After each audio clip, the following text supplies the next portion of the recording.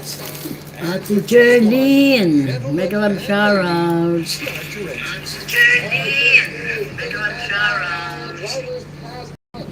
we go. In 3, 2, 1, go.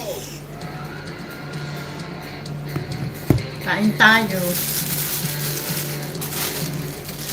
And we've got Premier League action coming right up. He takes some of the shots. What an exquisite goal! Kain tayo, kain. Oh, you've just witnessed a special moment of pure quality. Accuracy with the header. There it is. Magical moment. Surely one hand on the trophy.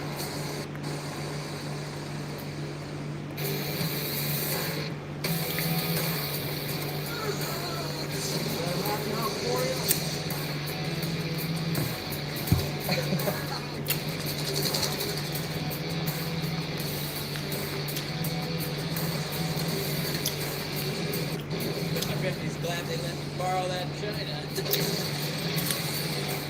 Steal it.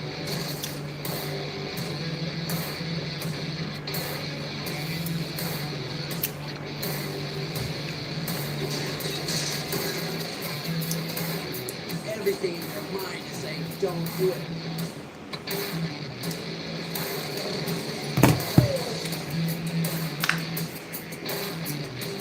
That was insane.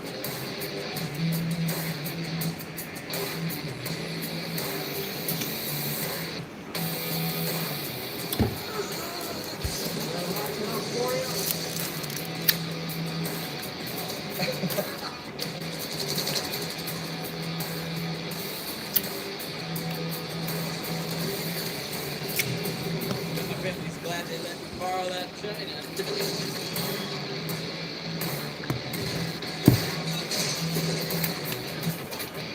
Everything in your mind is saying, don't do it.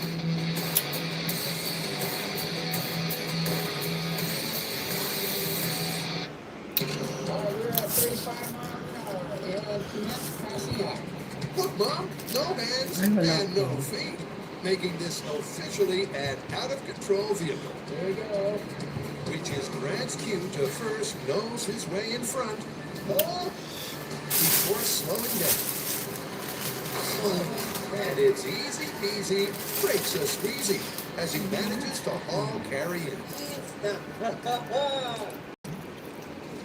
You did it! That's a little run, but it worked. It totally worked at 35 miles an hour, too. All right, what's next? Faster? All right, let's take it up to 55 miles an hour. Freeway speed. Let me point this out. The bumper of the out-of-control car is actually underneath the bumper of the rescue car. And what that does is it starts to compromise the stability of the rescue car, making it even harder to rescue the person. The 35-mile-an-hour no-hands test is down. Now they're about to up the danger to freeway speed. For this next test, there's going to be a little more jeopardy here, because that all is great as long as you're going straight. We're going to be passed out at the wheel. The alignment's not amazing on this salvage vehicle. Going double the speed. Here we go in 3, 2, 1, go. 55, plus different height bumpers, plus dodgy alignment. Oh, and no hands either. 30 miles an hour. 55 miles an hour. And this is too exciting to pass out. So here we go. This is actually scary. I know.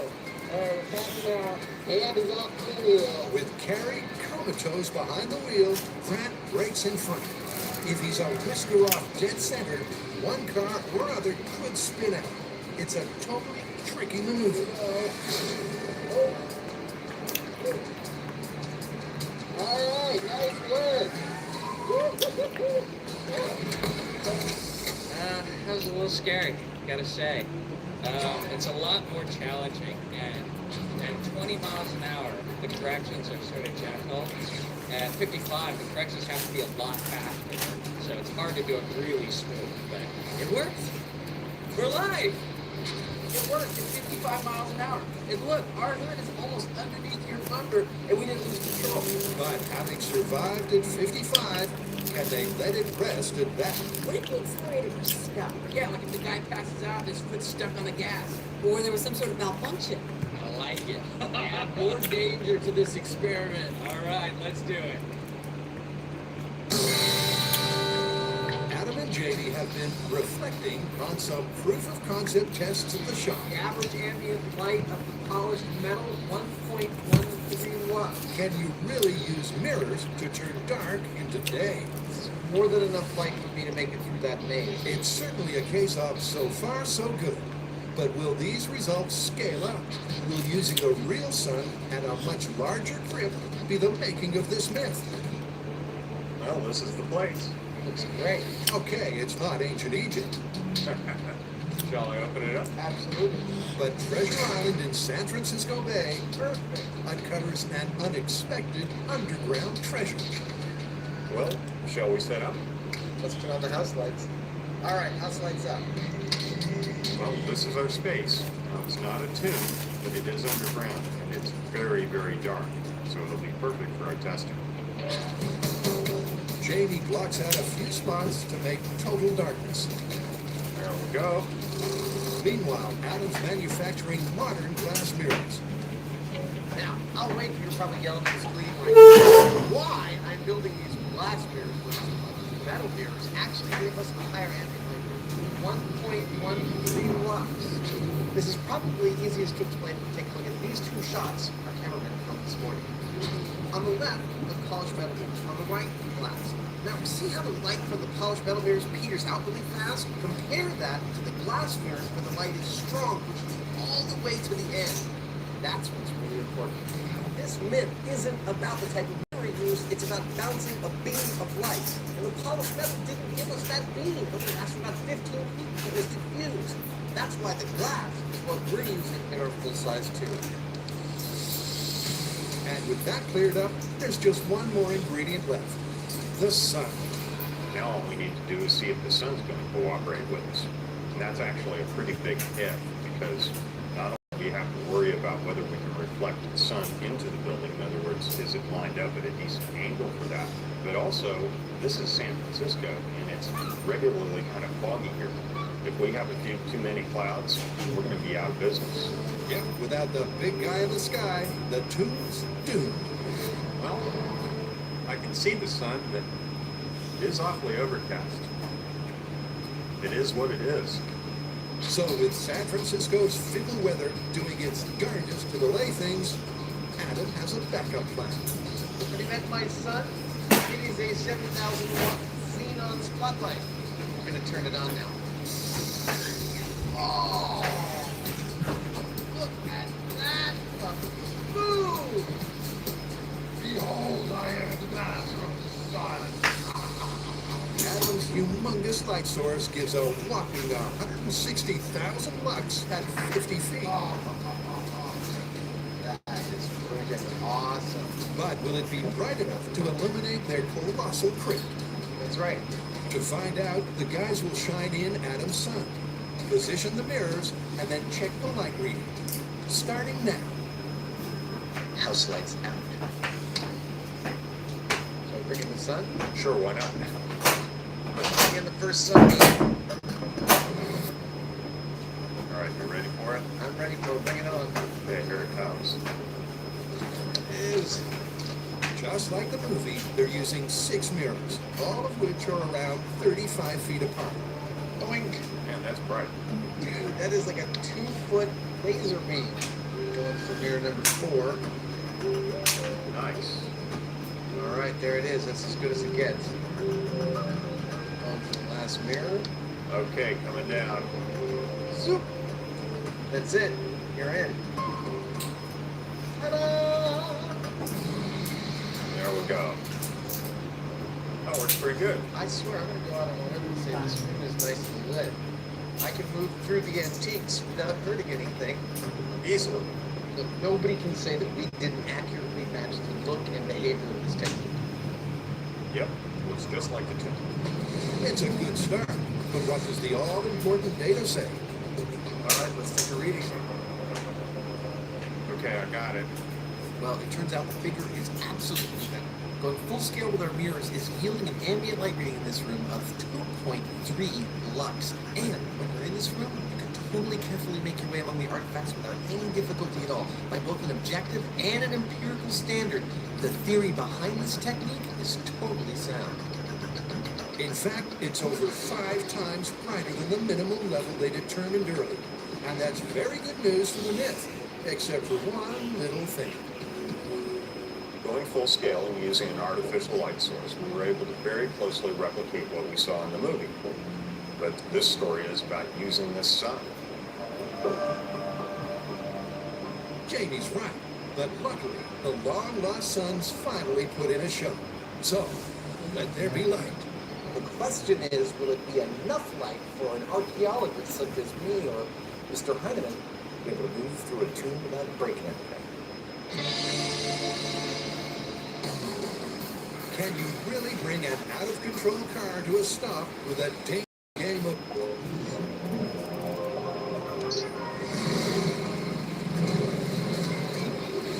Oh, you know what, Chuck? Chiellini has to be in there. One of the best to ever defend in the game.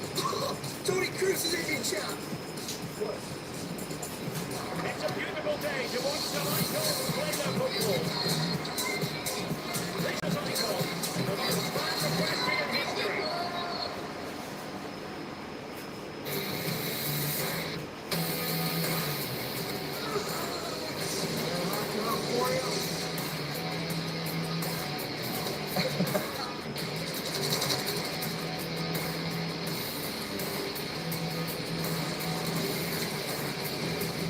I bet he's glad they let me borrow that china.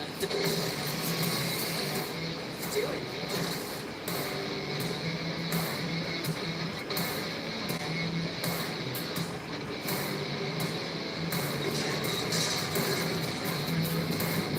Everything in your mind is saying don't do it.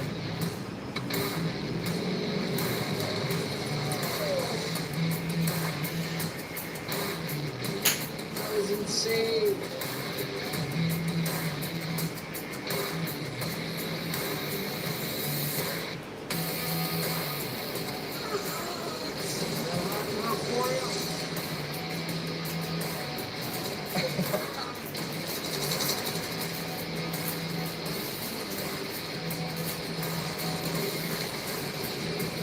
I bet he's glad they let me borrow that china.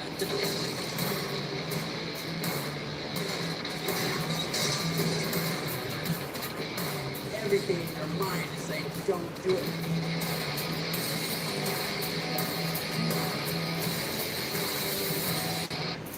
bumper car? So far, so good. Yeah, it turns out you can slow down a coasting car using this technique. But now, I think it's time to ramp things up. By seeing what happens when the driver has their foot jammed on the accelerator. This is going to be a whole nother experience because now that the accelerator's stuck, this car's not going to want to stop. So back at Alameda Runway, it's pedal to the metal, literally. And for that, Tori's going green because this time he's doing the rescuing. All right, time to go save some lives. I'll don't wreck my paint job. This time he's going for a highway high speed. For this next test, what I'm being asked to do is to depress the accelerator as if it is stuck, and then take my hands off the wheel. At no time should I take my foot off the accelerator. Totally counterintuitive and kind of scary. Okay, this is stuck accelerator at 55 miles per hour. 3, 2, 1, go. Alright, looks like it's time to go save some time. Carrie puts her pedal to the metal and takes the car up to 55 miles an hour. 55 miles per hour. With a stuck accelerator, this test will be a whole different ballgame. I feel like we're a gas fire. Like a heart attack victim, Carrie lets go of the wheel, Okay, hands off wheel. but keeps her foot firmly on the gas. The green machine makes contact. Now it gets dangerous. Tori starts stomping on the brakes. And while that does start to slow both cars, it also causes them to veer dangerously off course. As Tori tries to correct, he starts to fishtail. But one final pump of the brakes brings the cars to a stop. Just.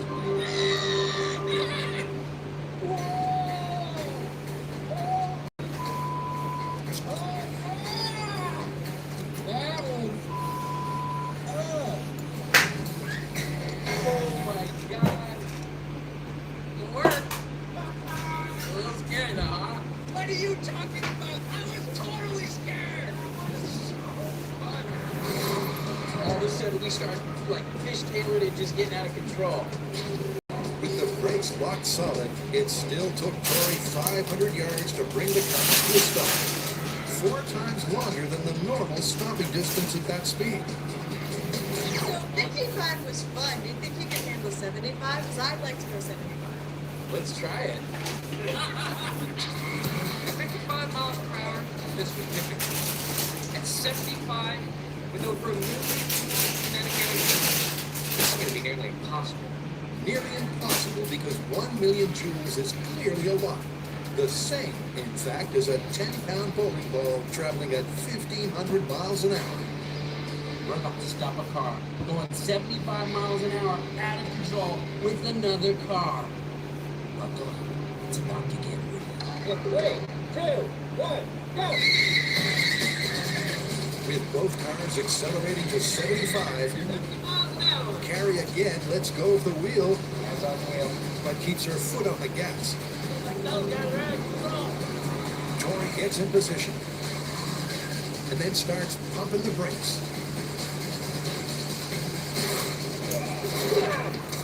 But this time, at this speed, the cars rapidly head off course. With the fence getting ever closer, Tori's wheels lock up, and he veers off again. Fortunately, he recovers just in time. That was hairball. I had both feet on the brakes, and I still wasn't stopping. So we're getting closer and closer to the gate. I'm like, I oh. was like, oh, you're pushing to the fence. Without doubt, it was the hardest rescue yet, as Tori's smoking tires attest. But he did pull it off. What I think we learned from this, though, is that you can stop a car even going 70 miles an hour. Unless we're going to do this whole thing at 100 miles an hour, I think we have to call it. This one is confirmed. Totally confirmed. Confirmed. Oh, Confirmed it is, but not something you should try at home. Now, most people would call it quits, but Carrie's got an appetite for more. So this rescue myth has reminded me of a technique I've heard of that I've always wanted to try, where you actually can sandwich a car with 2 cars to slow it down. oh, so they wedge the runaway car and use friction to bring it to a stop. A car sandwich. That sounds dangerous. I love it. So, hungering for more action, Grant and Tori are about to put the squeeze on Carrie's car. So we showed that it's possible to stop an out-of-control car with another car. So now we're back to the Alameda runway, and this time we're going to try to stop an out-of-control car with 2 cars. We're making a car sandwich. Basically, this thing we're about to do right here, this is the most dangerous thing we're going to do all week. You heard right. If they overcook this sandwich maneuver, Carrie's toast. So far I've been able to handle this, but I noticed that I put my seatbelt on just a little bit tighter for this one. In 3, 2, 1. Most sane people would see this as a seriously crazy thing to try. Carrie driving with stuck accelerator, no hands, at silly speed. And they'd be right. There's a real danger here of 1, 2, or 3 cars rolling. Grant and Tori pull alongside, move closer, and well, you can see the result.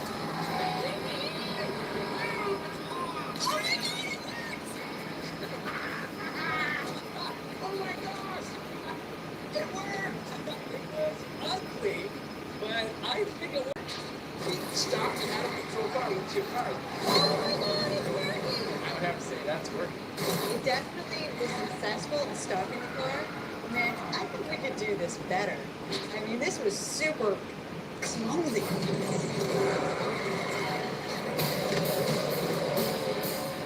And having survived that rescue, Carrie's throwing down the gauntlet for a custom-built challenge.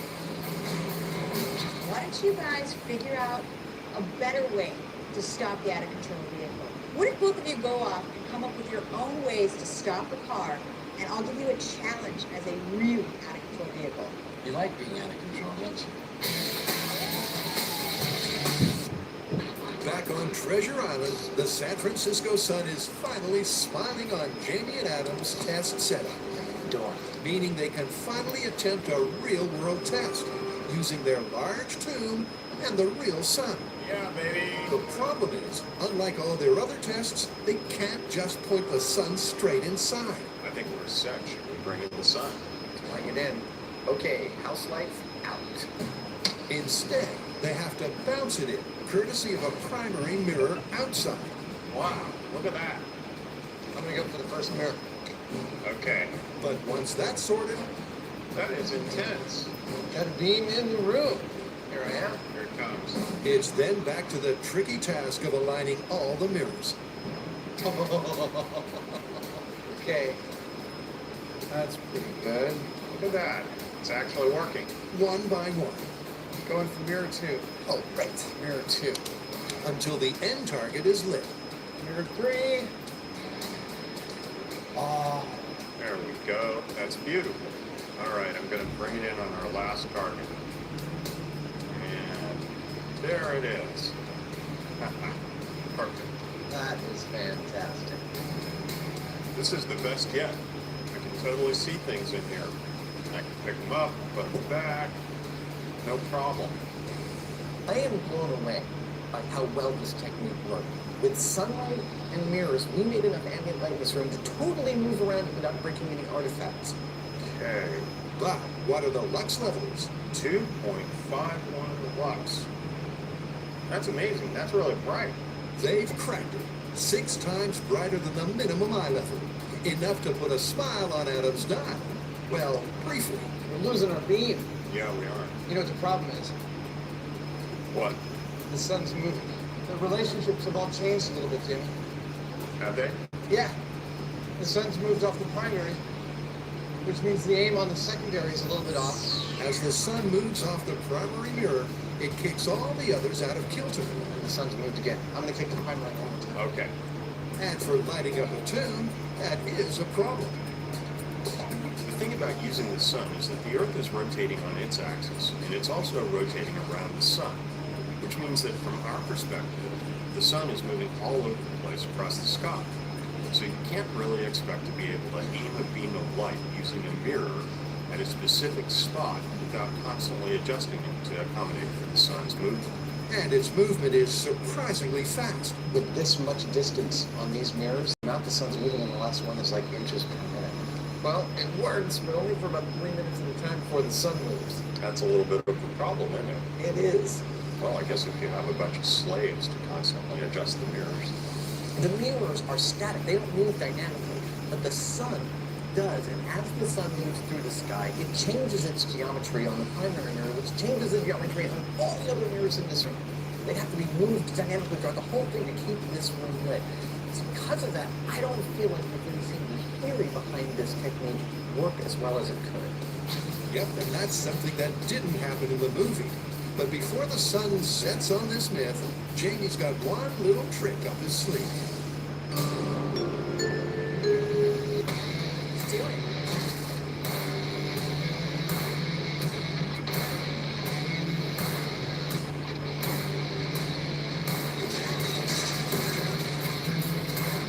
Everything in your mind is saying, don't do it.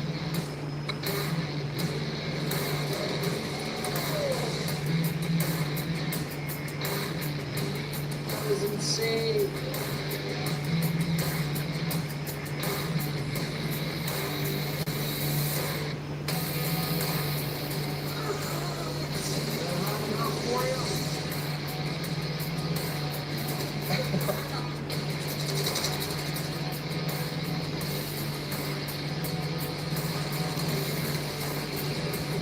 My family's glad they let me borrow that china. Steal it.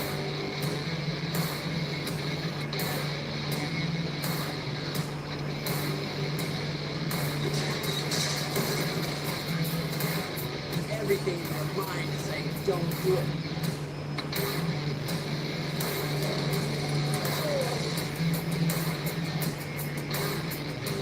That was insane.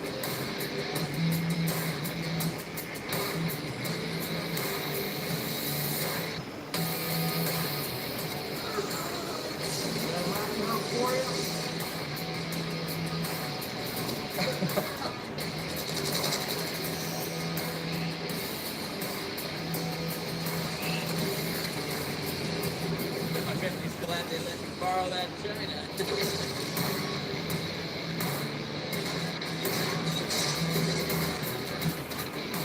Everything in your mind is saying, don't do it.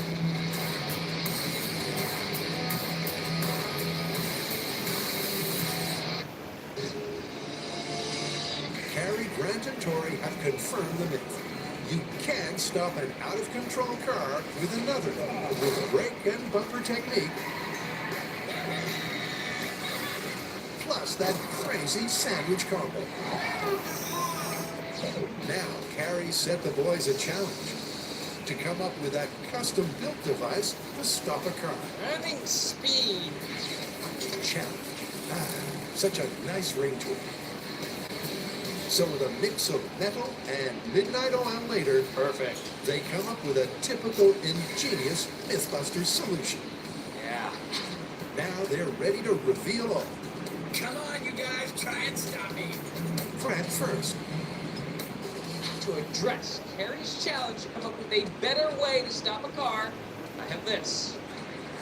These paddles mount underneath the front bumper of each car. Employing the sandwich technique will come in and they will allow us to control the runaway car and bring it to a safe stop. Alright. See, the other car's bumper comes in like this. We don't have to get so far in front, so there's no chance of spinning out.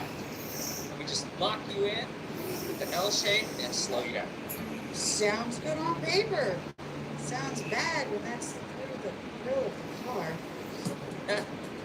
As for Tori's approach, All you need to do is get your car going really fast and then rear end the car that's out of control. The whole idea here is that you harpoon the car in front of you. Once you are inside the car, you release that hook. Really? This is your idea? Might give you whiplash, but it should stop your car. Your idea of a safe stop is to shank me? More like harpoon. but enough of all that glum talk. There's a car to be captured and saved. Twice.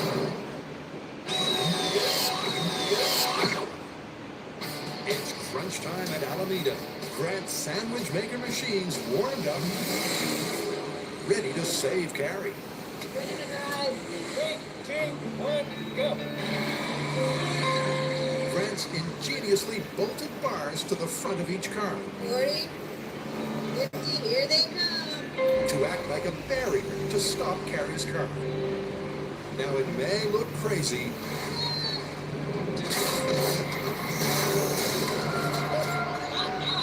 but it's the job.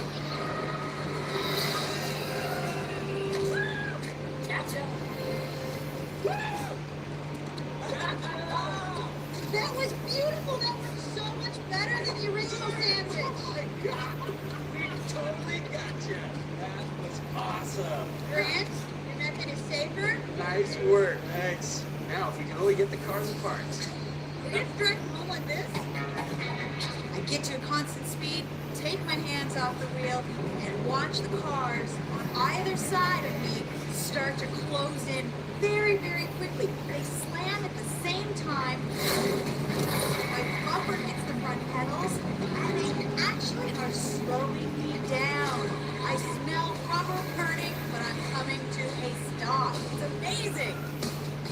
And if that wasn't scary enough, then there's the harpoon. This is a new technique. This is more of a stabbing, hooking, and then using the weight of the vehicle to slow the out-of-control car down. This plan, nothing about it seems like a good idea. Harpooning the back of my car, ramming it as hard as you can. Who comes up with this kind of idea? Only a crazy person. I think we're set. It's a simple plan. Get up behind Carrie's car, crash into the trunk, slam on your brakes. What could possibly go wrong? 3, 2, 1, go.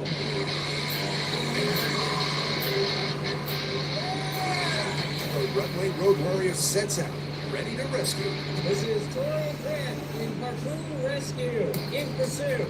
Hey, hands off the wheel. Go for it, man.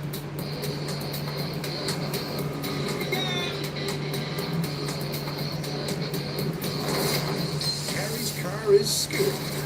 Now, on the sophistication scale, it's crafty. As for the all-important results rating, it's a hit. It's working! Good job. I can't believe that worked! Career spare. Dude, that's awesome. It stopped the car out of control. Okay, we're gonna have to take both of these ideas and patent them so that we can sell them back to the highway patrol because that's I think amazing. there's some law enforcement people here very interested in talking to us. The harpoon technique worked. Carrie took off at 50 miles an hour. I caught up with her. It didn't take much to punch through the back of her car. It looked it. I came to a stop. She came to a stop. I have to say that stopping a car with another car has been very successful. We've gotten in front of the runaway car and applied our brakes and safely stopped it at speeds in excess of 70 miles per hour. We've come up to the side and sandwiched the car using plates welded to our front bumper. And finally, we've deployed a crazy, harpoon-like spear punch into the trunk of the runaway car and drag it to a stop. This goes to show, if you have a runaway car, call the Mythbusters. Actually, no, you should call the police.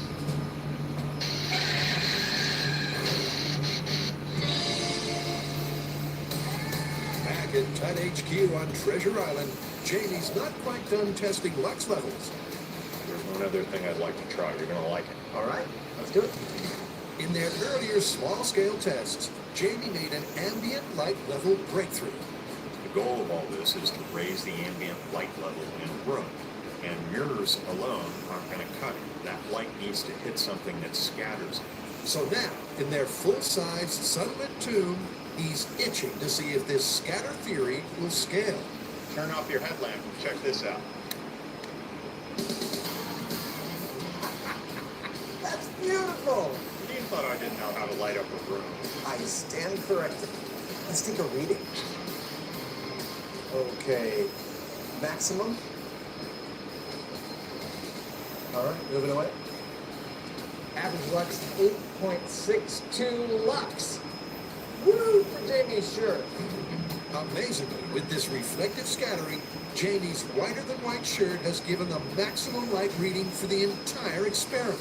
Adam's gobsmacked. Well, it turns out that Jamie's starched white shirt provides almost 3 times as much ambient light in this space as the next best technique of everything that we've tried. And Jamie's reaction? Well, this is Jamie. A mirrored surface is going to be your best bet to get light into a room because it's very directional. But if you want to actually light the room, once that light gets in there, you're best off if it hits a surface like my white shirt because the white isn't so directional. It's going to spread the light and raise your ambient light level. How do you want to wrap this up? In theory, it's plausible because the sun's rays did in fact provide enough ambient light to move around the room. I agree. Plausible, but totally impractical. First of all, the sun moves, so you won't get that light for about 3.5 minutes before it has to shift everything. And the idea that all those mirrors would sit around for 3,000 years and be ready to light up that room, totally ridiculous. Yeah, plausible, but ridiculous.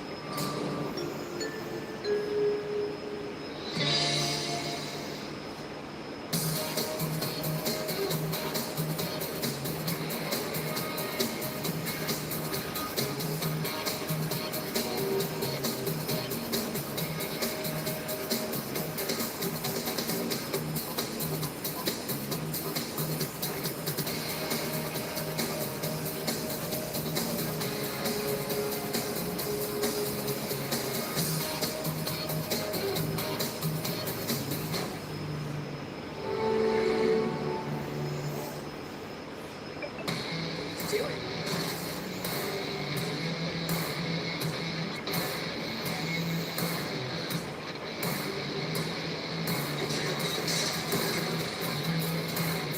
Everything in your mind is saying, don't do it.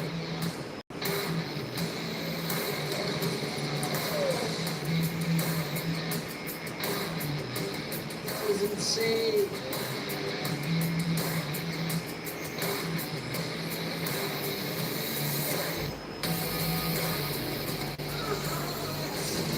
Not for you. My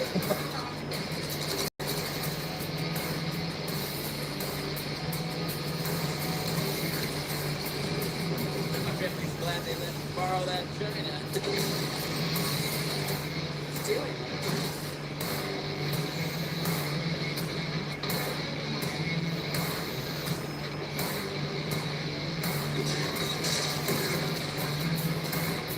Everything in your mind is saying don't do it.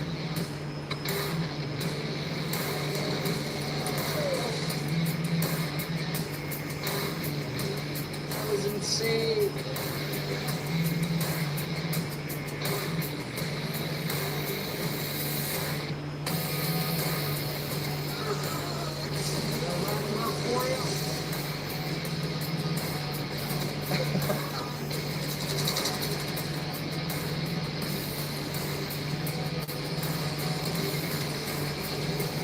My family's glad they let me borrow that china.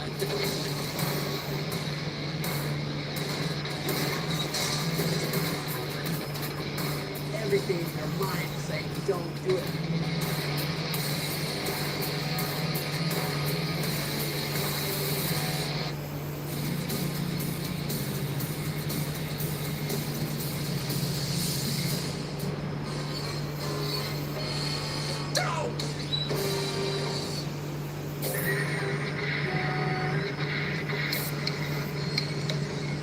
Seen it?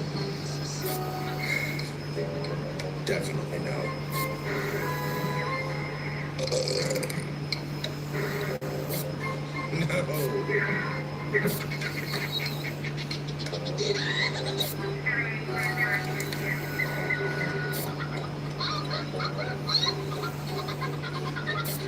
No. Nope. Boring. So many channels. Nothing's on. Welcome to Myth Crackers.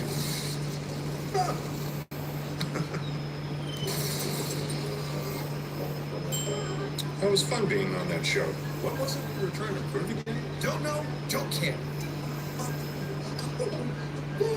You know, I was thinking, if we did their show, shouldn't they do our show? The Simpsons special? Absolutely.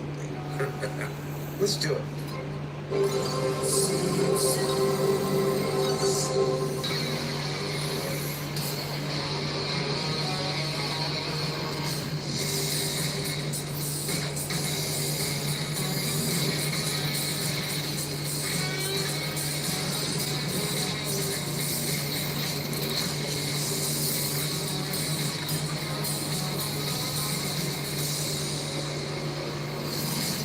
Hi, hey, Who's this?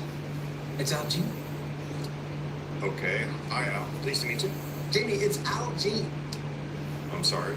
the executive producer and the showrunner of the best animated series ever and the longest running scripted show on television, The Simpsons. Oh, The Simpsons. Welcome, Al.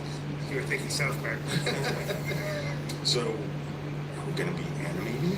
No, look, their writing staff is packed with science and math geeks, right? 110%. And they try and hold to the laws of physics, right? Yeah. Conservation of the law. Ish. We're gonna do a couple stories from The Simpsons. Like what? Okay, we've got one where Bart throws a lit cherry bomb into the sewer system of the school and turns all of the toilets in the school into geysers. My favorite episode, The Grapes of Wrath. Okay, that works. What else? We have another one where Homer protects his house from a 5,000-pound wrecking ball by putting his body between the wrecking ball and the house. So, cartoon physics in the real world. That's Jamie excited. He's excited to get out of this room. Yeah, probably.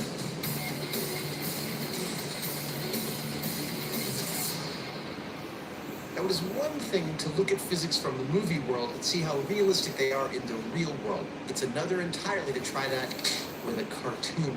And in investigating Homer versus the wrecking ball, Jamie's tackling the wrecking ball, and I've got to build a full-size Homer with all the same dimensions, body mass, and water content as if Homer was a real person.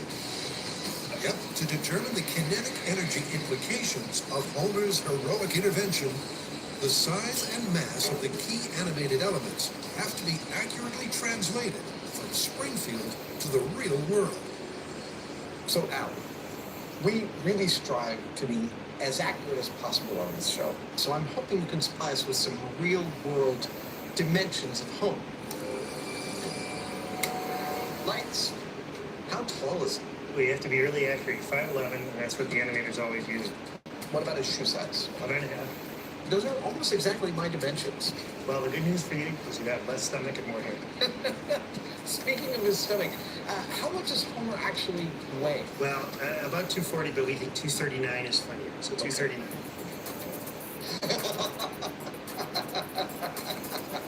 Ladies and gentlemen, this is Homer Simpson, full size. Al, thank you so much. I'm going to leave you alone with the donuts. Is that okay? They'll be all in your bed.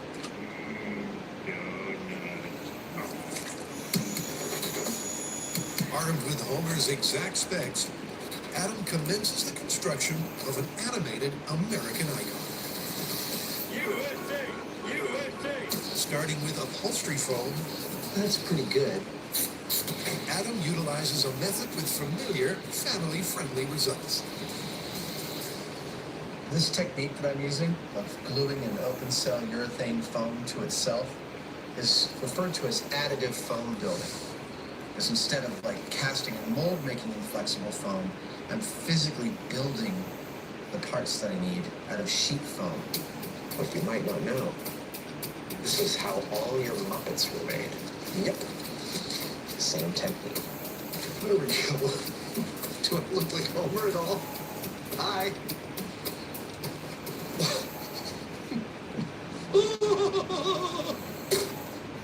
Hey, Jamie. Check it out. Look at you, homie. I'm Fomer now. Not Homer. I'm Fomer Simpson. How you doing? So we're gonna put you on the sphere, and you're gonna be the Homer, are you? No, I will not. You are not allowed to touch this ever again. You're filthy. Bye. Bye. With the arms starting to take shape, it's onto Homer's famously tubby torso. This kind of work, it brings me right back to this sense memory of being in the mid-90s working in commercial special effects. It was just like this. Super short timelines, tight budgets, and when we needed something carved out of foam, we didn't have time to find someone who was an expert in foam carving. We just had to figure that stuff out for ourselves, job by job, piece by piece. It's been 20 years and I'm still doing the same thing. 1, 2, 3, 4, and 5. Doesn't look like much, but that's going to be Homer soon. A series of cylindrical discs glued together form the tapered shape. Yeah! The human-like mass and density will come later. For now, Adam's immersed in his art. I know exactly what it feels like to be Michelangelo. Oh, maybe not exactly, but just a little bit. If he carved in foam, he'd be a cartoon character. This is what we call a shock shower.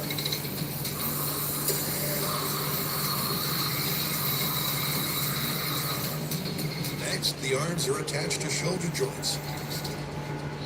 And the legs are measured, cut, and positioned on the posterior. That's it, ladies and gentlemen. And with those foam pieces of the puzzle in place, Right, I'm pretty happy with that. It's looking a lot like Homer. Adam heads out for help with Homer's head. This is the center of what used to be Industrial Light and Magic. Now behind that blue door is legendary machinist Mary Cheney, who built armatures for the stop-motion films Nightmare Before Christmas and a million other movies, and he is going to help us get Homer's head screwed on right. But Mary, how's this going to work? So we've taken your model of Homer's head, I've converted it into a machinable file, and I've cut it up into like 8 chunks. That is cool. And they all fit together kind of like a three-dimensional puzzle. And that 8-piece puzzle will form a central cavity, a negative space mold of Homer's ironically large cranium. So there you go. That is mold block number 1, comprising the bottom left side of Homer's face, the front part. That's number 1 of 8. While Adam waits for all 8, the Heineman has been concocting an ingenious plan. In the cartoon, Homer appears to be on a wrecking ball that's about as tall as he is. And because it's so much larger than a real-world wrecking ball, I've got to make my own. And that's not exactly an easy task. But I've got an idea. Easy as pie. The task at hand is to build a custom wrecking ball the same dimensions as the one in the clip, but weighing in at a realistic 5,000 pounds. So you're starting to get the picture? It's a unique manufacturing assignment the Heinemann is tackling in his own unique way. There are a lot of different ways of making a big, heavy ball, but the quickest and easiest way I know of to do it would be with steel reinforced concrete. Now to do that, you need a mold, and I've come up with an idea of creating what amounts to a hemispherical shaped auger that I can chuck onto the back of some earth moving equipment and dig 2 hemispherical holes right in the ground. It looks like it might sort of just make it. We'll pour our concrete in there around a steel armature, let it cure, put them together, and you got a ball. One big-ass heavy ball. Yep, to make 2 hemispherical molds It's working. for the 2 halves of the concrete wrecking ball. That's what I'm talking about. Jamie's designed and constructed a one-of-a-kind tool.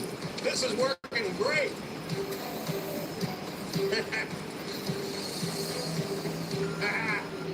Next.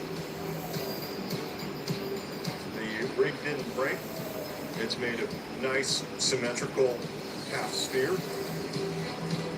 It's clearly solid enough to have concrete poured in it. It's perfect. Which is what's going to happen pretty much next.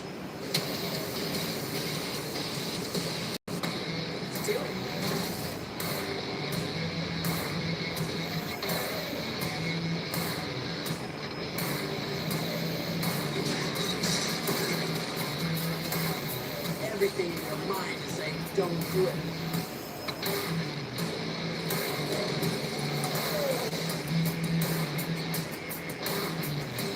That was insane.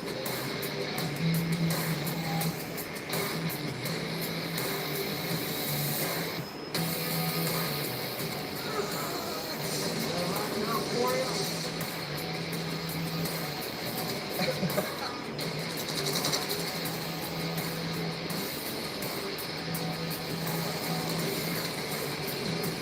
I bet he's glad they let me borrow that china. Do it.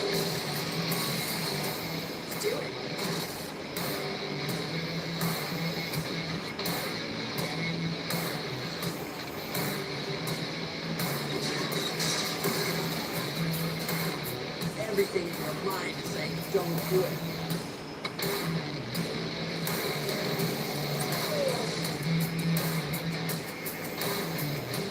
That was insane.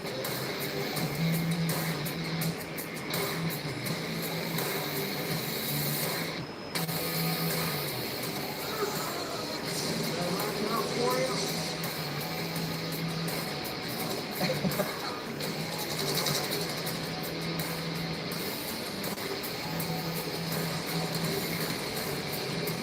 I bet he's glad they let me borrow that china.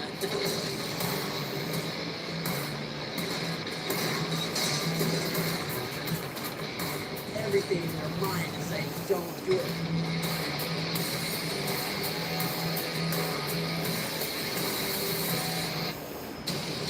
Oh, look at that. The steel armature, made back at the shop, will provide structure for the concrete half shells. And you could say the Heinemann is happy. This is working exactly like I had in mind. Normally, if you want to make a big sphere like this, you'd start off with a big chunk of foam, you'd carve it into a sphere. Our little hose are perfect. You'd put fiberglass over it, and then you'd make another mold of the interior cavity and take several people pretty much all week long just to accomplish this. Instead of doing that, we just dug a hole. I'm just saying. With the concrete shaped and edged with matching seams, phase 1 of Janie's big ball is complete. Now that has to sit for about a week and a half, and then we're going to pull that one out, turn it upside down, and put it on top of this one. And we'll bond the 2 things together, and we've got a wrecking ball. With 2 weeks before Jamie can wreak wrecking ball havoc, it's back to the shop for part 2 of this Springfield spectacular. So what's next? Toilet bomb. Allie, want to do the honors? Thank you, Adam. Well, in one of the early episodes of The Simpsons, Bart flushes a cherry bomb down the toilet and immediately sends geysers of water shooting out of every toilet on the block. So explosives and toilets. I'm thinking we should start small scale. I totally agree. I am licensed to drive this. Oh, whoop. The scale we've chosen is not that small. It's 50%. And the reason for that is that water doesn't scale well. If we double this to the pipes the water's in, we're more than doubling the water's volume. And the physical behavior of the water also changes a lot more. So that's why we're limiting our scale reduction to 50%. I have to stick the tongue out, otherwise it doesn't work. The myth is that an explosion will travel through a plumbing system, causing multiple geysers out of the toilets. That's the goal, and that's where the magic happens. And to test that, we're going to do 3 things. Number 1, I'm going to make 3 transparent working toilets so we can really see what happens when things go boom. Number 2, I'm going to connect them with an accurate waste disposal system. 2 more like that, I think we're good to go. And finally, we're going to be introducing a cherry bomb-like explosion into that system, and, then we're going to see what we see. Recreating Springfield Elementary's plumbing system sounds elementary, Melting my brain. but it's anything but. Wow. I'm trying to work out how to do this, and because I'm molding it, effectively I have to think upside down and backwards. So the negative space here, you see, I'm going to fill with a stone plaster. So that when the stone plaster sets, I'll pull out all the bead foam, and I'll be left with a toilet negative, the front to which I will mount a piece of acrylic. Excellent. So that we can see what's happening in the toilet. It's going to be freaking awesome. And after the plaster is set, the negative space molds are removed. Okay, boy. To reveal the balls. 2. Number 2, get it? Because I'm like, And once they're cleaned up and dried out, a little bit of an oven. Adam mounts them and seals the system with a transparent sheet of half-inch acrylic. I get excited about a good experimental rig. There we go. She is a freestanding toilet sculpture. I think it's time to flush a toilet. I want to watch one of these work right now. Now, right here, this is where the important part of the functionality of a toilet is about to happen. We think of toilets as like, there's water and it's water all the way down, but it's not. Toilet systems are mostly air, and here's how it works. If you put more liquid in the system than it can handle, it just spills over here. Now, if I flush this toilet by putting more water in, check out what happens.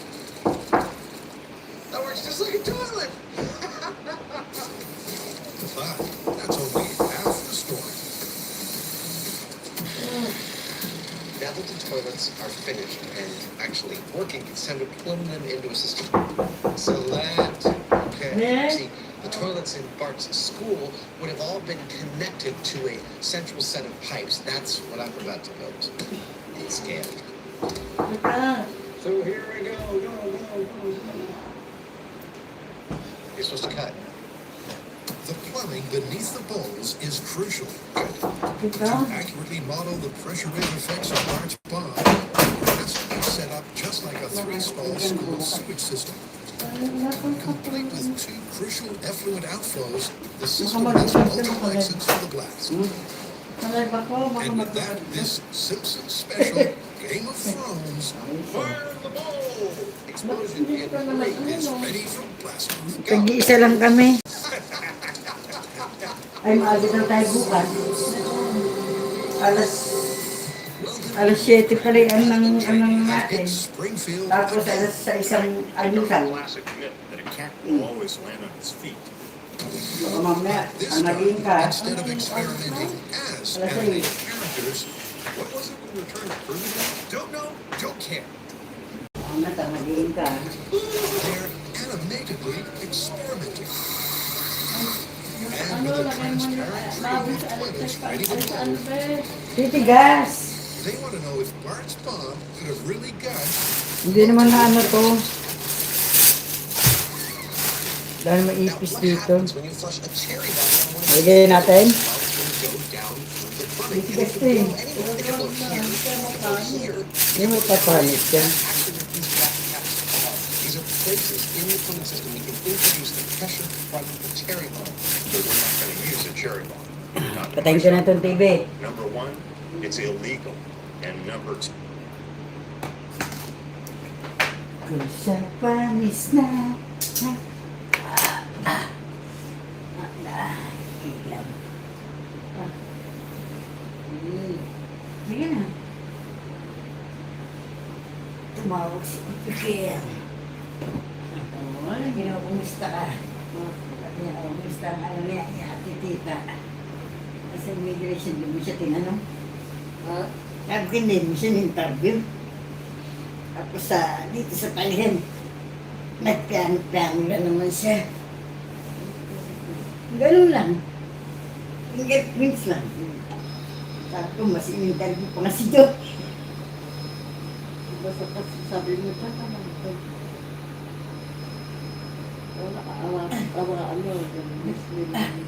Sa natanggap ko, lahat ng pasalubong na ano, puro ano, yung mga katingin ko. Yung kay Jong, tumawag si anak niya. Puro mga katingin ko, yung mga ano. Ano? Kaya bukas bibir pa ulit sila doon. Si Arnold Berry, di ba yung ganon? Di ba? Palagi nila nilalagay sa ilong. Ba't giniginaw ka? Dilaw eh. Eh, masalo doon. Lagi ng buga ng ano. Bayam siya.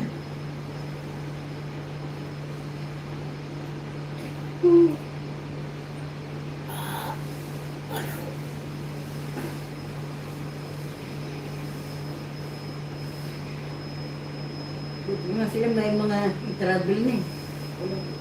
Yung pag-uwi natin. Okay ba? Kaya niya lang wala ulit. Kaya natin, gawa mo na akong i-travel. Mahal pa. Wala ka pag mutog mo. Wala ka pag lang eh.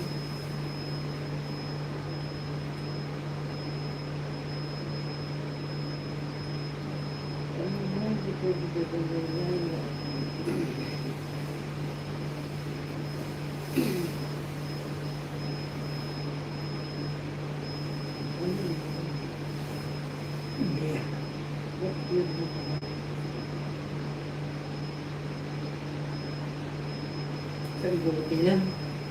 Sabi ko, mga ako. Ba't uwi ka na kagad? Sila yun. Ito, napatawag ito po.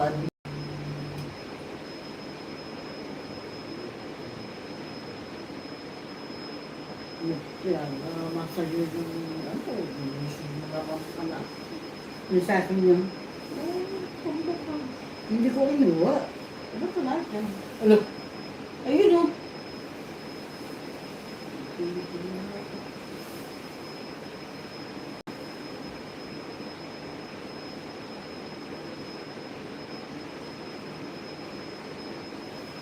Yung iba nakatayo pumunta doon ako.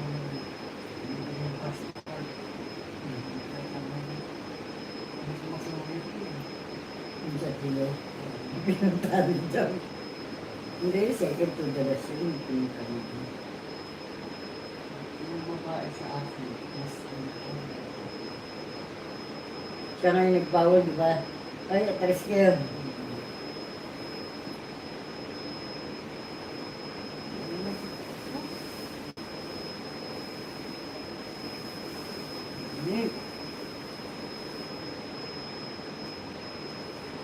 kabigay ko, wala naman.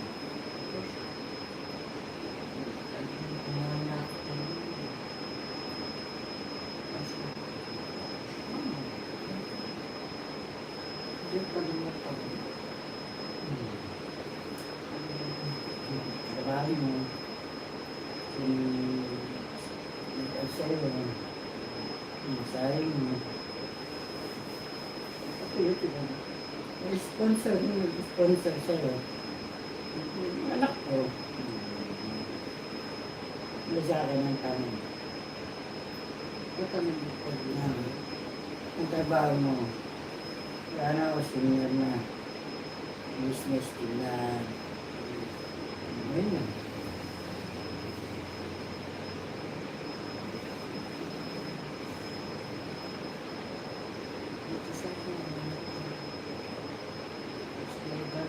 Diba?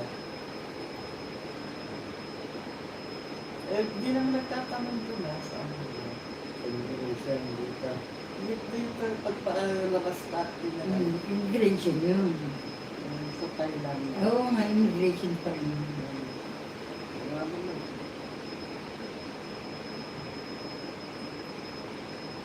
Ay, nasabi ko eh. Pag dito na dito, walang tanong pa lang, nagkano pa lang. Walang ibigay mo lang yung boarding pass, passport, okay na. Pati yung pakyano pa.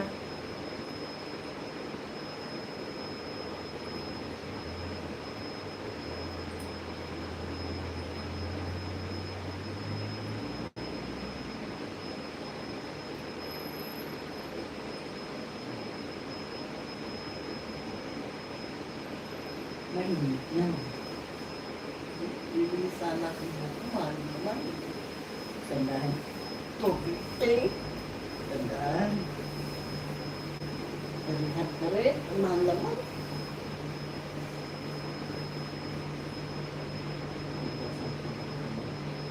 Siyempre.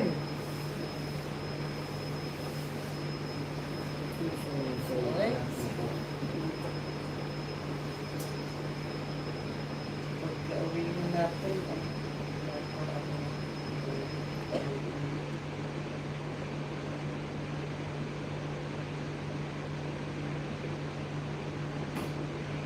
mama nawala, mataba. Salamat na nila. Sino mataba? Nagalit sa atin sa Hindi. Kasama niya umiinom. Ano yun na nandyan? Yung gumuin na sila dyan. Hindi.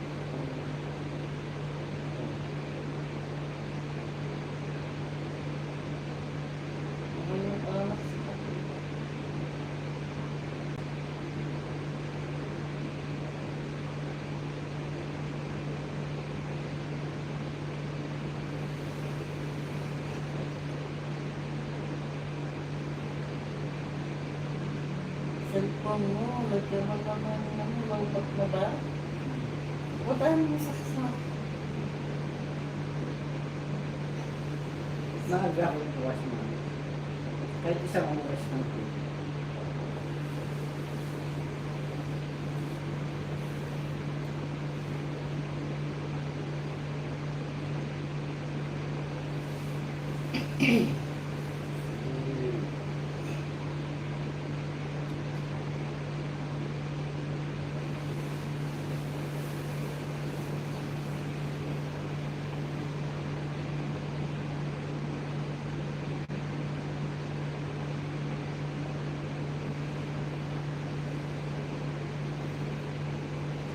Tapos ipapakita lang niya. Yan. Ay, ipapakita mo ko. Nasa mata.